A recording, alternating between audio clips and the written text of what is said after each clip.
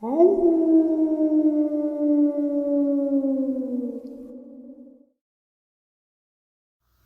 greetings and salutations, everyone. I hope everyone is still doing well, and welcome to kind of a bonus, maybe the second half. Before we get into it, a couple links. As many of you know, I rely on Patreon, PayPal, channel membership, and the merch to help the channel to continue to grow and go. Links to Patreon, PayPal, and channel membership is in the description below. Merch displayed directly under the video. Also, Dogman Frightening Encounters, Volume 1 through 3, the audiobook versions. They were written and researched by Tom Lyons, narrated and produced by me, Jeff Nadolny. Those audiobooks are available on Audible, Amazon, and iTunes, links to which are also in the description as well. And finally, last but definitely not least, if you'd really like to help support the channel to continue to grow and go, simply subscribe. It does not cost a cent. Click the like button. It takes half a second. If you don't want to miss out on any of the informative uploads I put out daily, click that bell icon, and folks, please leave a comment. Why? Well, because all of these things really do help the channel to continue to grow and go. And yes, folks, they definitely do matter. Now, everyone, I have taken far too much of your time. Let's jump in to this bonus or second half, I'm not really sure. Shall we? Alright, this upload is going to contain some absolutely terrifying experiences along with some pretty interesting video evidence and a shocking call to law enforcement. Let's get into it.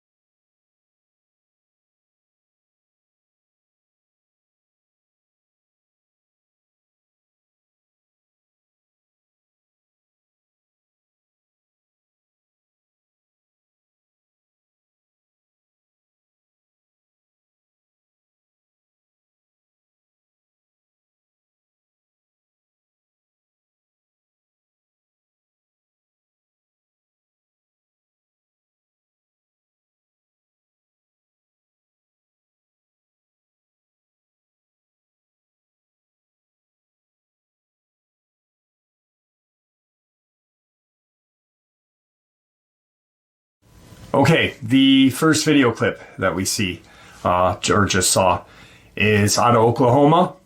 Not much else is known. Person was hiking through the woods or just going for a casual walk, whatever. Noticed that there was something off in the distance, and at one point realized this looks human but doesn't look human. Got out their camera, and that's the footage that we're seeing right there. Once again, no affiliation with any video that I share on this channel, and nor will I share my opinion on that. The only opinion that matters here is your guys's. So on to today's first encounter, which I've had numerous accounts out of this area. Actually, I have another subscriber experience downstairs on my desk right now. That'll probably be tomorrow's upload after I speak to them again. But let's get into this. This was about 23 years ago, and I had no clue about Dogman, and I did not believe in anything supernatural back then. I was hunting wild hog in one of the southernmost areas of the Great Dismal Swamp. This is far south of the wildlife refuge where it ends at the Albemarle Sound in eastern North Carolina. I put my boat in the water at a friend's house about a half an hour by water from where I went into the swamp. This was late November, so it was pretty cold and very overcast, and it got dark at around 5 or so. It was about noon when I tied up and got out of the boat. The first hour or so was pretty uneventful. I was working my way inland.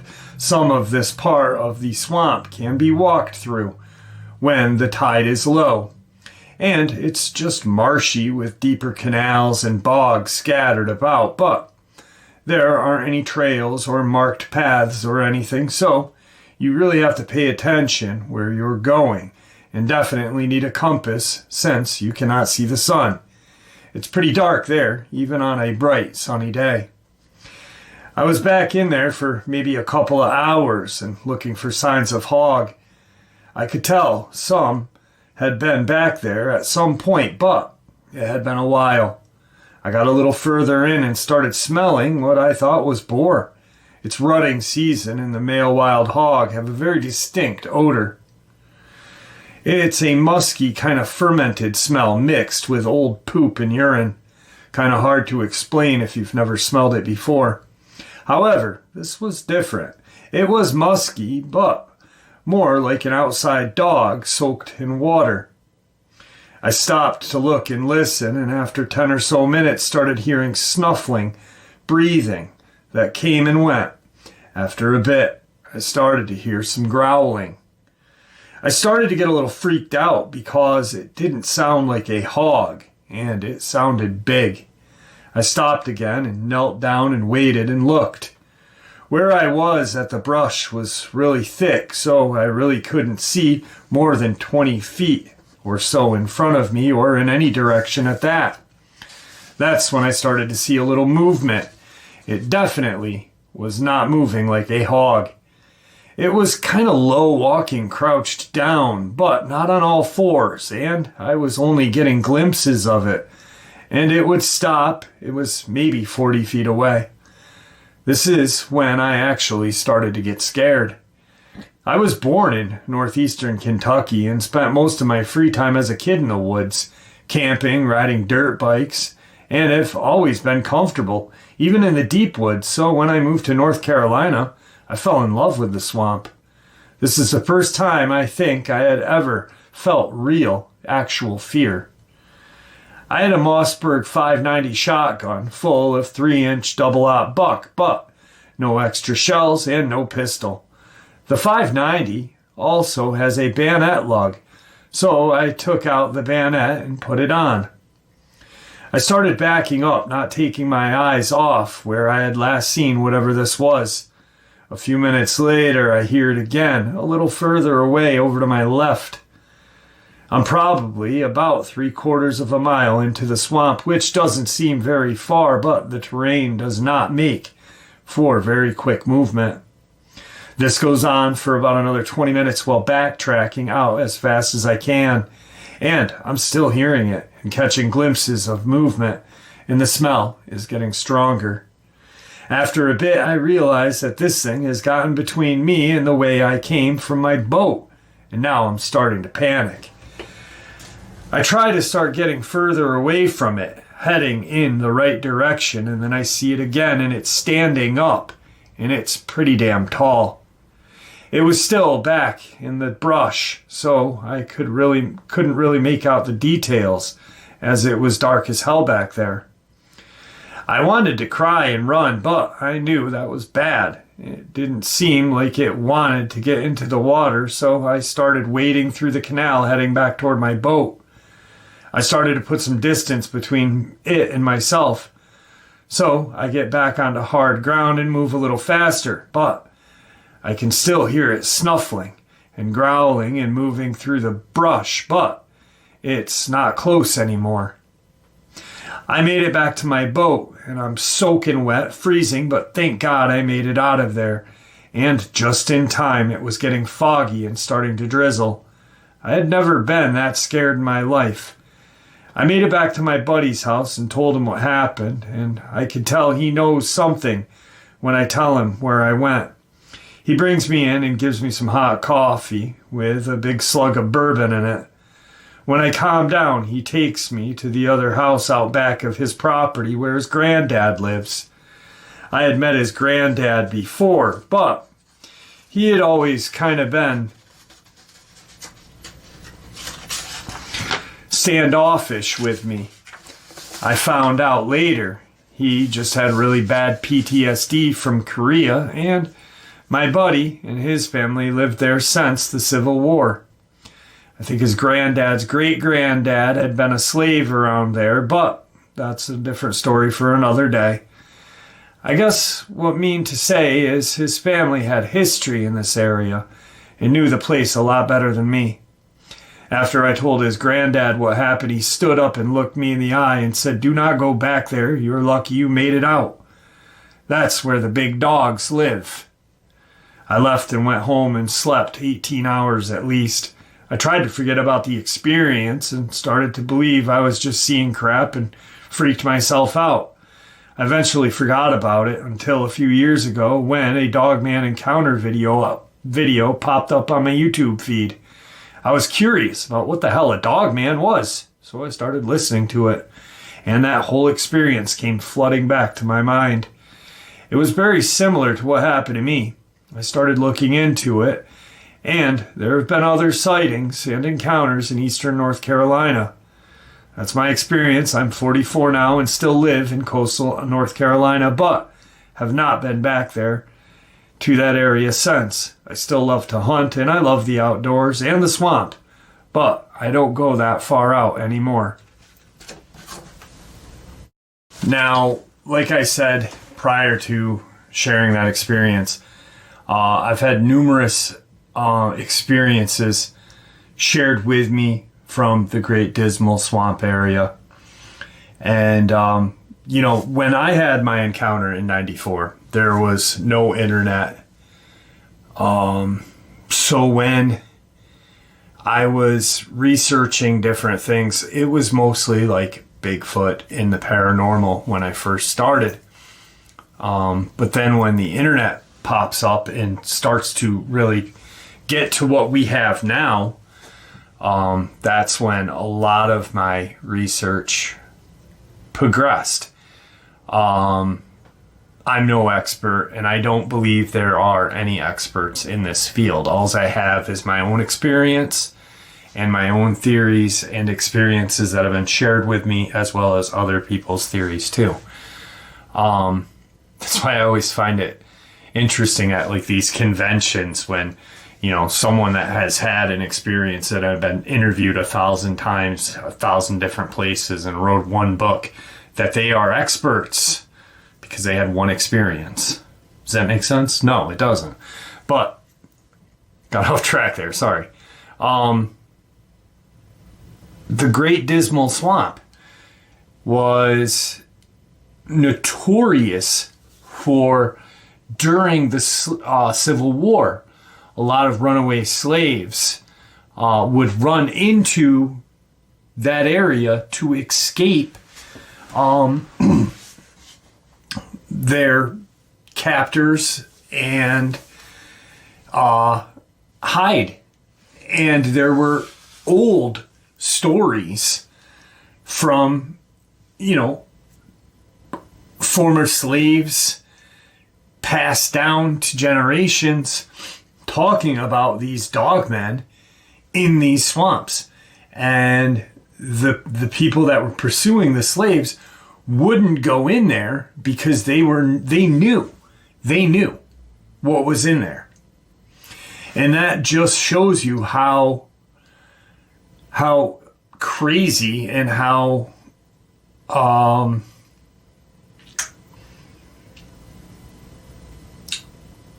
terrifying and terrible life would be going back with them. Or am I going in this swamp where there's a 7-foot dog creature?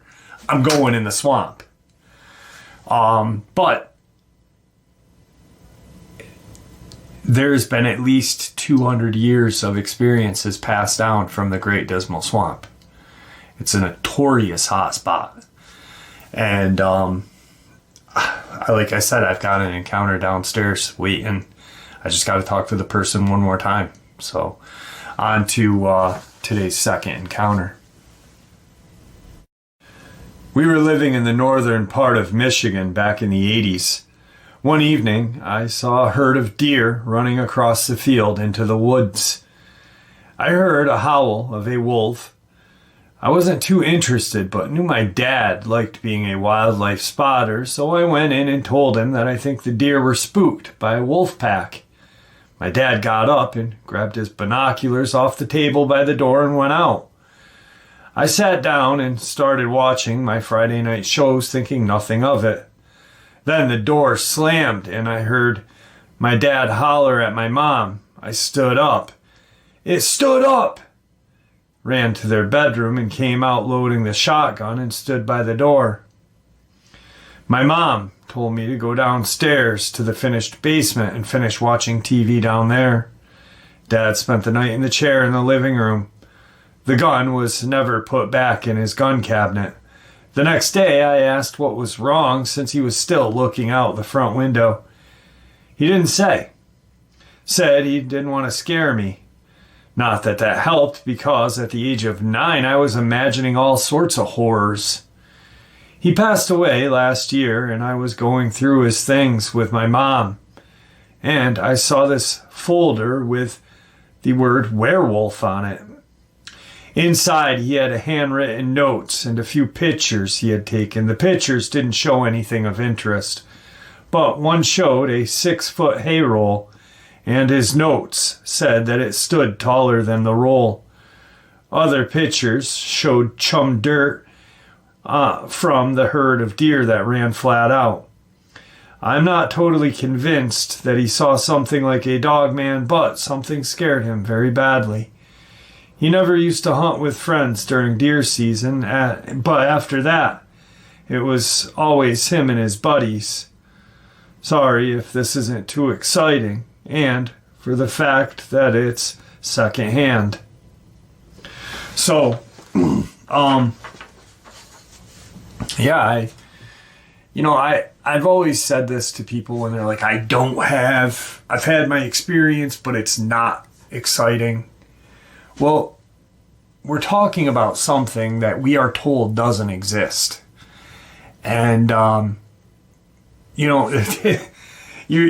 find a folder marked werewolf. Your dad doesn't tell you because he doesn't want to scare you. And there's handwritten notes and such. And obviously it changed him. So, I'd say he saw a werewolf. Funny thing, I was thinking about this, sharing this in a way of having it come up. But I was watching an interview, and it has nothing to do with my political affiliations. But I was watching a interview with Robert Kennedy Jr. And for those of you who've been with the channel, all of you know I'm a Tea Party Republican. But I have a lot of Democratic views as well. No, I wouldn't even say that. I'd say that I'm an American that just wants what our founding fathers wanted. The freedoms that we were promised. So, but RFK Jr., he fascinates me because he is classified as a conspiracist. But he was talking about how the media, and I've always said this with the attacks and stuff, how the media always spins a narrative. And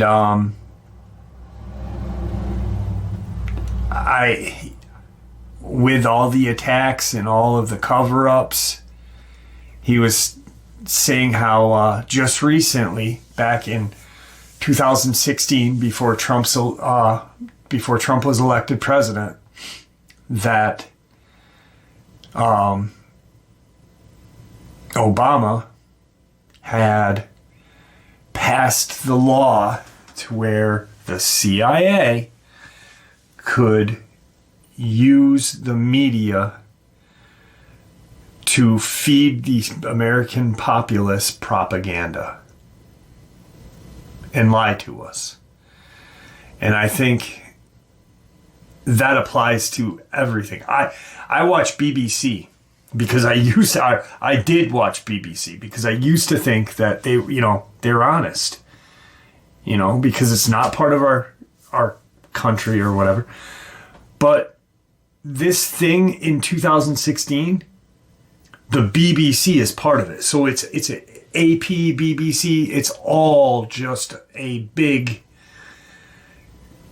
conglomeration of media agencies lying and spreading the lies and covering Dogman accounts up, Bigfoot accounts up, UFO, UAP, this and that. And I've got a video that I'm going to work on.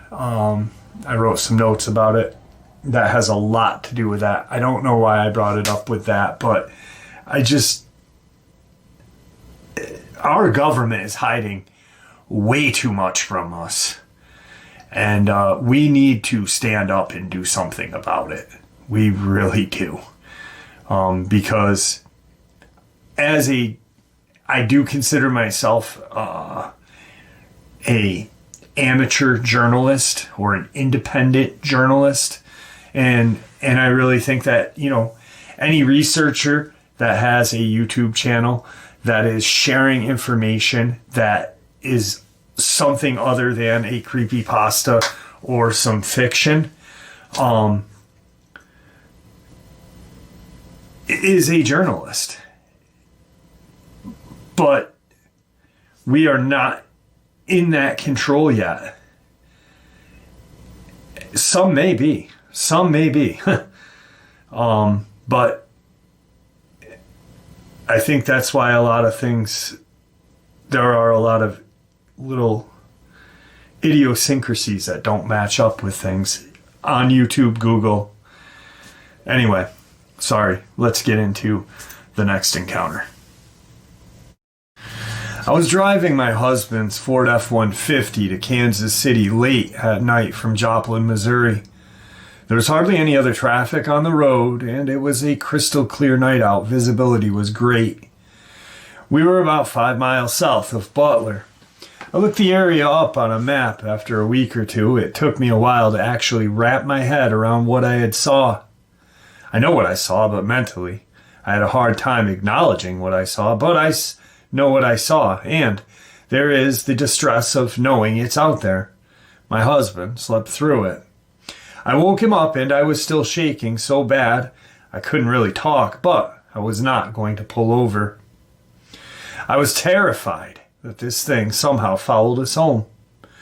I took notice of where it had crossed. The next trip back to Joplin, I looked to see how deep the ditch was that it stood in when we locked eyes. The ditch was maybe 3 feet deep. Our truck was a little over 6 feet.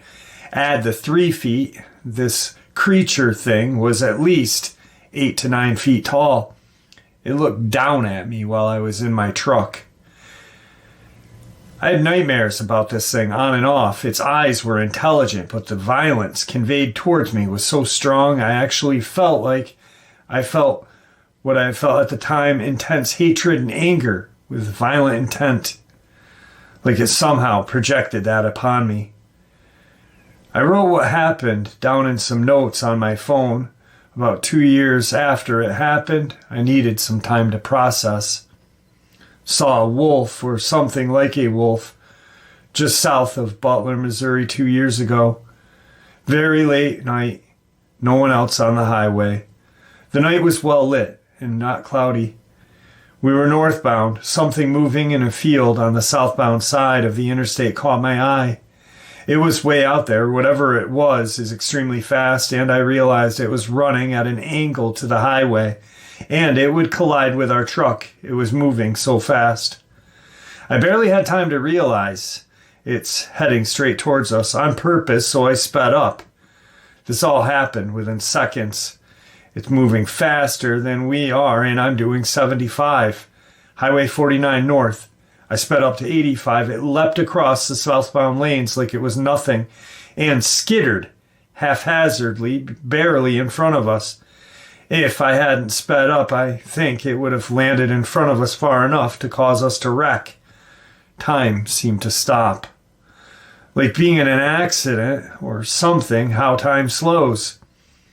It stopped in the ditch on our side of the road and stared straight into my eyes. I felt extreme danger. It looked pissed. It looked intelligent. I was afraid it would foul and jump into the bed of the truck. I sensed its hatred of us. Felt it wanted to hurt me. I floored it. Scared the shit out of me. I hate that area. I was still shaking after we got home. This thing was at least 8 feet tall, dark gray and black. It stood on its hind legs, enormous head, ran on all fours, but with a weird gait. Wolf-like, but like a wolf that was extremely distorted. It had unusually long front legs and almost finger-like long paws. Nothing human about it, but it was definitely intelligent, and I felt hunted, like it had just tried to hunt us. I had nightmares for weeks straight, and still do from time to time after we travel through Butler on the interstate. I will never stop in that area. Nope. Don't know what it was. Never seen anything like it. It's not normal, though. I used to go hunting with my dad, looking up missing people for the area. It's off the charts compared to a large city like Springfield. That thing made me doubt what's actually out there. Yeah. So that was like her notes. These things have done that multiple times. The ambulance driver from Connecticut, or paramedic. He's in the passenger side. His partner was driving, and they saw Dogman. And he had just seen the one. But it was enough to mess him up. But he realized that his partner was messed up even more than he was. And for years, he waited. He was like, what did you see that I didn't? Come to find out, being that the driver has a junction area with cameras, and they feed through very quickly. They don't record. The only recording camera on an ambulance is in where the patient would be held. But there were 4 dogmen tactically trying to stop the ambulance, 1 in front to slow it down, 2 behind, and 1 coming up the side on the passenger side, which he couldn't see because he wasn't looking out his mirror. He was looking straight ahead. But the driver could look out both mirrors and use the camera to see. Dr. Nancy Shaw in Georgia.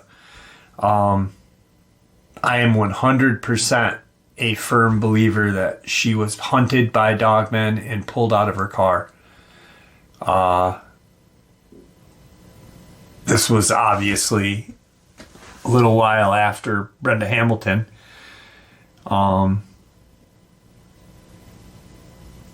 The 77-year-old school teacher from Beaumont. But they find Nancy Shaw's car pulled over on one side of the road, her body on the other, her car still running, door wide open, her body torn apart. Another woman in Scotland, car stopped, her body's found in a field a little ways away from her car. They blame it on, fox and some other kind of small rodent-like animal. Badger. No, not badger. Maybe. I don't know. But just not feasible. So these things are tactically hunting humans. They're not cuddly mascots. They are definitely not. All right, let's get to the next video.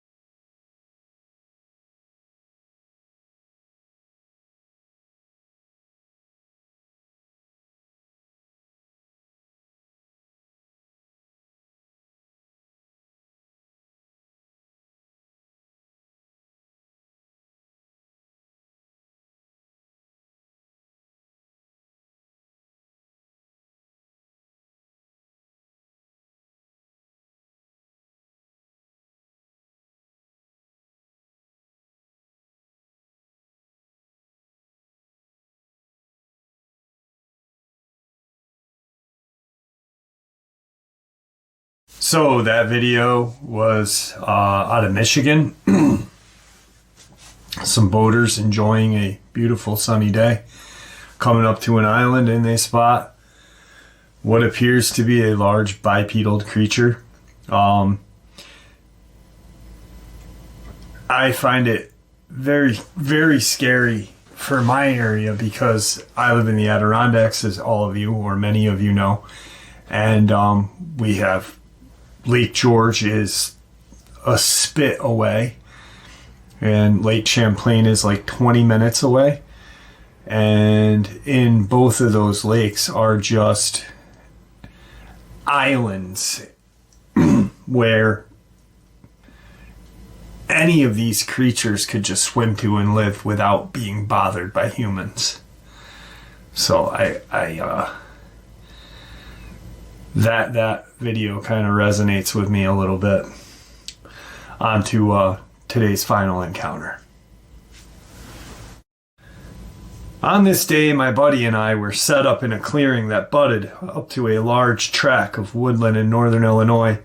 This was one of our favorite spots to bang out a couple of coyote every now and then. Maybe 45 minutes before daylight would be gone, we heard the varmints howling in the north. My partner, Brian, had a call in hand and started to work what is known as a dying rabbit. The sound of the dying rabbit is irresistible to coyote. It never fails to bring him in. Brian is calling every 2 or 3 minutes with little time in the day, but we knew they were nearby. Our truck was parked a quarter of a mile from our position. We're in full camo, sitting against a clump of trees and bramble, about 40 yards into a field of grass, away from the main wood line. As Brian continues to make the call, we start to see a couple of heads pop up from the grass. A total of 4 coyote begin trotting toward what they suspect was a late afternoon snack heading directly toward us. The two of us raised our beads onto the position for a takedown when the unexpected happened. The coyotes hit the brakes, raised their heads, and out of the woods to our east, this huge creature came tearing out of the trees, heading right for them. The coyote immediately started to hightail to our west, running through the field and heading for cover of the trees. We could immediately tell that at least one of them wouldn't stand a chance escaping. This creature ran across the field in a forward lean, and it had to have been covering ground 3 times faster than the coyotes were. Just before the coyotes could make it to the wood line, the monster dove toward them. We heard a loud, cat-like squeal followed by silence. We sat in our position, stunned by the spectacle that was unfolding before our eyes. The creature arose to its feet with a coyote in hand. We could see it manipulating the dead creature while it stood in the field. This coyote, by the way, was 60 to 70 pounds, but in the hands of this creature, it looked like a rabbit. That's how big this creature's hands and arms were. We ducked down low as this creature turned and slowly walked back across the field in the direction it had come from, eventually disappearing into the timber. As you can imagine, this was an unbelievable sighting in any man's book. In hindsight, one of the most frightening aspects was that we had been sitting, making calls for about 3 hours before anything happened. We were now left wondering if we had actually been calling in this creature that happened to be closing in on our position when the coyotes showed up. I guess we should thank God for sending those coyotes, because this creature had come out of the trees only 80 yards from where we sat, and it could have been on top of us before we'd even have time to react. This monster appeared to be moving as fast as a speeding 4x4 across the field. There's no way to really judge just how fast other than estimating 40 miles an hour. The coyotes were at a complete disadvantage in the tall grass and bramble, not to mention the fallen trees and patches of brush throughout the field that they had to navigate through and run. The creature, on the other hand, just took the straight line and sprinted clear across everything and anything in its path at the high speed. It was incredible to watch after the kill was made and the creature left. The two of us did not venture out of that field where the incident had occurred. We were quite happy to get out of there with our shirts still on our backs. The creature was everything that we had seen and heard about. It had to have been every bit of 8 feet or more and looked like a brick shithouse on legs when it ran across the field. When it had committed that dive for its prey, it launched itself like a basketball player stealing, or like a baseball player stealing second base. We heard the brief yelp or screech sound as the coyote met its demise, and it was all over. After we made it back to the truck, the two of us were just talking about the dive for the kill and thought it actually made a lot of sense. We thought how the alternative options available to such a huge creature trying to reach in an effort to grab such a small, evasive creature. To us, it would be like you or I trying to catch a mouse with our hand while running around the house. It'd be virtually impossible. I think the same thing is true for them when hunting smaller game. They simply commit themselves on the fly to the dive, landing on the prey and dispatching it quickly. If this thing landed a body slam on anything, it would not be getting up anytime soon. We had to have been looking at a beast that weighed something like 1,500 pounds or more. When it went airborne, it was fully extended and had to have had some 16 feet long length in air. It looked like my duck hunting boat flying through the air.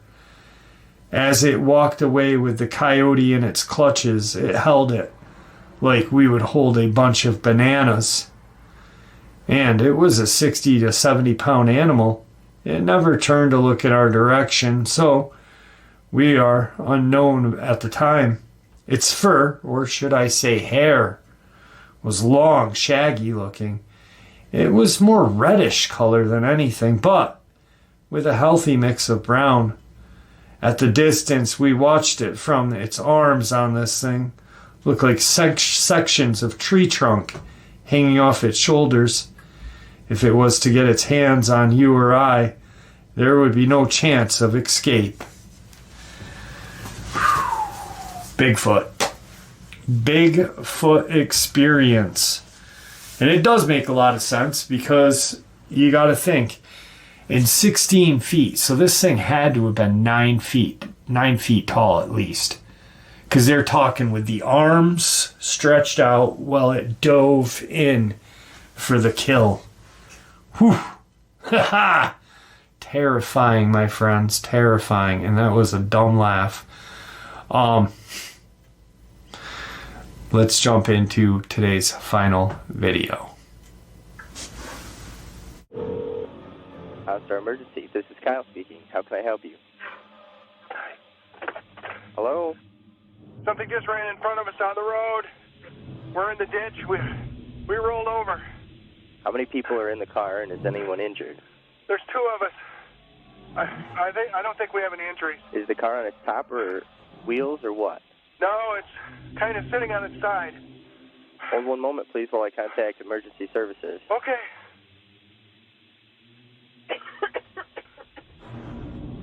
Okay, the state police should be on their way in a few minutes. Is everyone still okay? Yeah, I think we're okay. What ran in front of you? A deer? I don't know what the hell it was, but it was big. It looked like a great big dog. Standing up. Was it a bear, maybe? Maybe. Oh, my God. Oh, my God! Sir? Hello?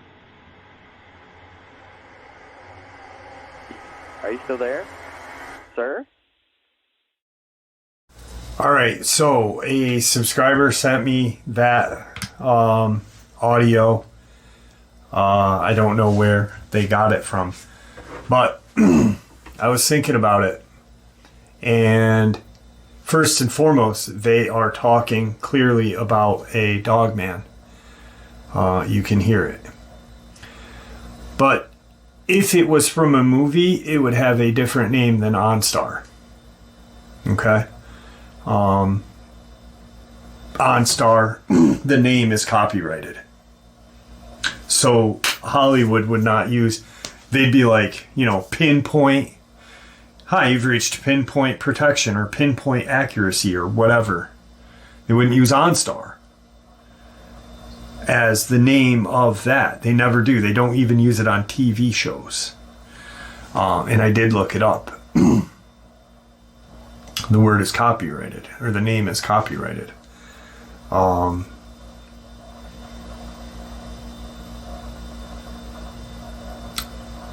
Whatever it was made the vehicle crash. And OnStar contacts the people. The man describes what had happened. You can hear the distress in his voice. And then you hear whatever ended that call. Do I feel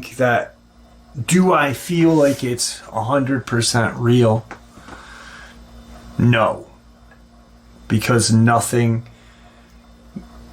is guaranteed to be real. It could be something that I overlooked, something that I couldn't find. But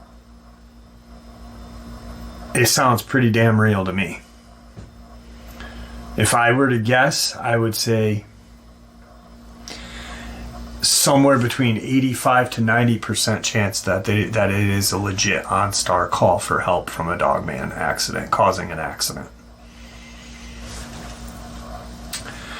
What did I say a couple minutes ago?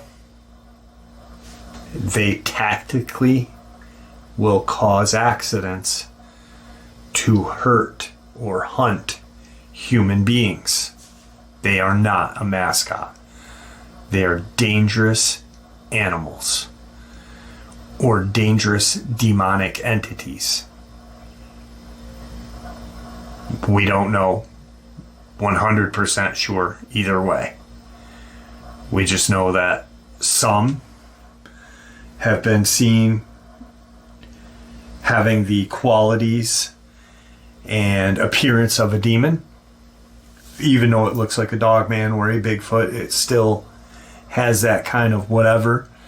And then we've seen and heard about the people that have shot these creatures and they bleed and they die. Well, there you have it, folks. Today's bonus or second half, I'm really not sure. But I know it was a very interesting video. I'd like to thank you all for supporting the channel. It is, after all, your support that keeps this channel growing and going, and honestly what gives people a chance and a place for them to share their experiences and theories judgment-free. Just simply treated with the respect that we all deserve. Thank you. Everyone stay safe, happy, healthy, and ever vigilant, keeping an eye on our children, pets, family, and friends. These creatures are real, they are out there and dangerous. Share this information with those you love and care about, and it may just help save their lives someday. Until next time, never stop asking questions, never stop searching for the truth, and God bless.